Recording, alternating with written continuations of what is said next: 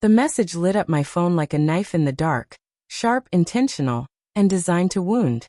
Miss you already. Can't wait for next time. The sender was Ethan, the man my wife, Claire, always insisted was just her best friend. It was 2:17 in the morning, and I stood frozen in the kitchen, bathed in the soft gold glow of the under-cabinet lights. The refrigerator hummed steadily, filling the silence with a kind of warning I couldn't ignore. My thumb hovered above the glowing screen while my chest pounded so violently, I thought my ribs might split. I wasn't meant to see this.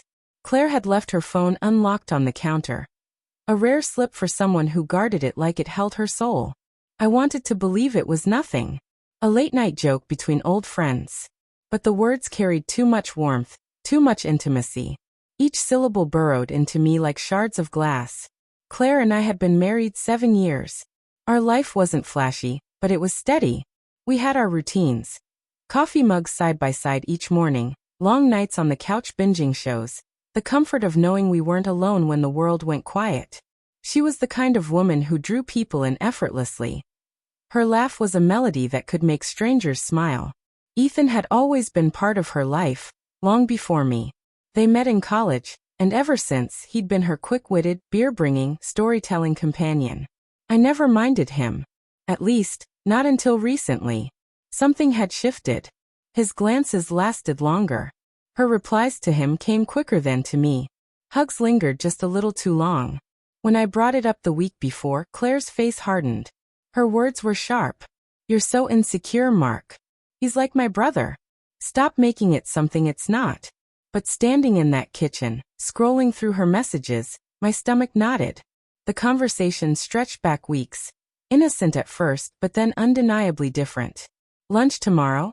Can't when Mark's home. Sneak away. I'll make it quick." That was the same day she said she had yoga. The image hit me instantly, her in some cozy booth, smiling at him in a way she hadn't at me in months. Maybe brushing his hand across the table. I wanted to smash the phone. To storm upstairs and demand answers. Instead, my trembling hands set it down. The clock ticked toward 3 a.m. Above me, she slept soundly, unaware of the storm building in my chest. The next morning, she hummed softly over breakfast, auburn hair glowing in the sunlight. She stirred sugar into her coffee like nothing had changed. When she asked, "You sleep okay?" I only nodded, my throat too tight. Her smile was easy, convincing, like the night before had been a dream only I had lived.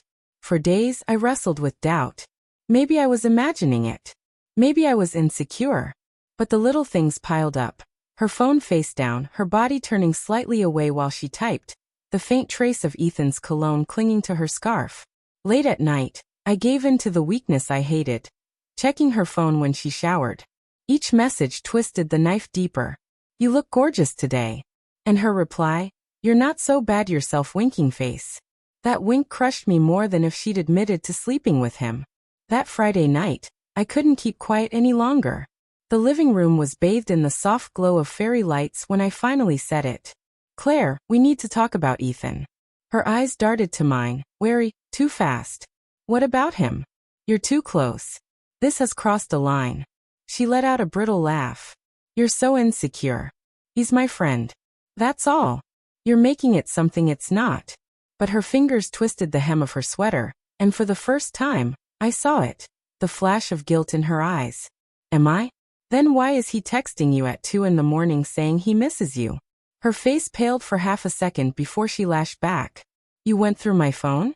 That's low, Mark. Don't turn this on me. You're lying. You're sneaking around with him." "I'm not sneaking. He's my friend." Her voice cracked on the last word, and I knew. She was unraveling. The truth didn't come all at once but in fragments. A coffee receipt from a cafe she swore she'd never visited.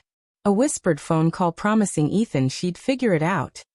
And then one afternoon, I saw it with my own eyes, her sitting on a park bench, head resting on his shoulder, too close for just friends. It wasn't physical yet. But it was worse in a way. She had given him the part of her heart that once belonged to me. That night, I asked the question I feared most. "Do you love him?" Her eyes filled with tears. She looked away. "I don't know. I love you. But he understands me in ways you don't." Those words gutted me more than any confession of sex could. I wanted to hate her, to hate him. Instead, all I felt was grief. The next morning, I left. I walked away from the house we'd built, from the routines that once defined us, from the life I thought was unbreakable. A month later, I sat alone in a dim bar, whiskey in hand, when my phone buzzed. "I'm sorry," Claire wrote. "I ended things with Ethan. Can we talk?" My chest tightened, hope clawing where it shouldn't. Then another message came, from an unknown number. It was a photo. Ethan and Claire laughing together in a car, her hand on his thigh. Timestamped just an hour earlier. Beneath it, "She's lying to you again." The glass slipped from my hand, shattering on the floor. The noise of the bar faded, replaced by the hollow sound of my own breaking heart. Claire hadn't chosen me. Not then, not now. And the cruelest truth struck me all at once. Her betrayal wasn't the only one. I betrayed myself, too, by believing love alone would be enough to hold her.